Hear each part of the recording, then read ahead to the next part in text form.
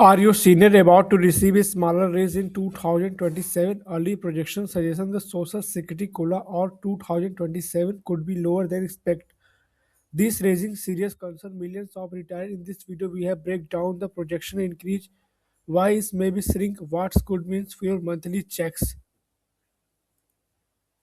According to the early statement, the Senior Citizen League 2027 cost of living adjustment COLA is projected to be 2.5%. That's 0.3% lower than 2.8% increase in 2026, below the 10% mark of third straight year. But here the key detail, there is not final.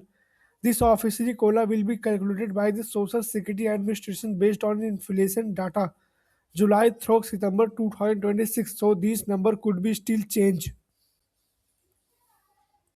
The slowdown followed the high inflation year during the COVID-19 pandemic when COLA adjustment were historical large. Inflation has been cooled in recent year, and since COLA is tied directly inflation data, smaller inflation means a smaller benefit increase. But here the problem, even though inflation is lower, senior expenses have not dropped. Research from the Senior Citizen League show seniors spend a significant portion of their income on health care. These costs continue climbing. 2026 Medicare Part B premium rose about $202 per month. The Part B is deductible increased to $283. Medicare Part A inpatient deduction jumped by roughly $1,736 per benefit period.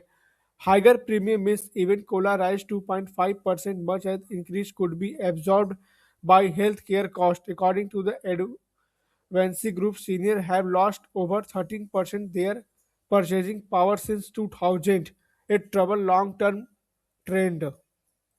If the 2.5% projection hold, monthly benefit increase will be modest. Healthcare cost may be obstinate gain. Seniors may be continue feeling financially pressure. The final COLA announced will be coming October 2026. Thanks for watching this video.